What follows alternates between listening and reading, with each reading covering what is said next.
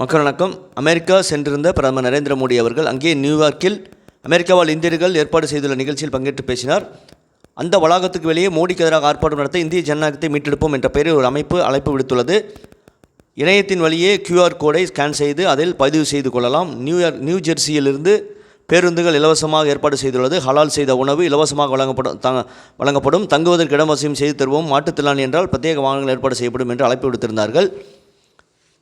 இந்த அமைப்பின் பின்புலத்தில் யார் உள்ளனர் என்பதை வெளிப்படுத்தவில்லை. இது புதிதல்ல. ஏற்கனவே சென்ற வருடம் அமெரிக்கா சென்றிருந்த பொழுது மோடிக்கு எதிராக இதேபோது செய்தார்கள். இவற்றை காங்கிரஸ் கட்சியின் அமெரிக்க பிரதிநிதிகள் பெட்ரோடா போன்றவர்கள் பின்னிருந்து ஏற்பாடு செய்கிறார்கள் என்று கூறப்படுகிறது.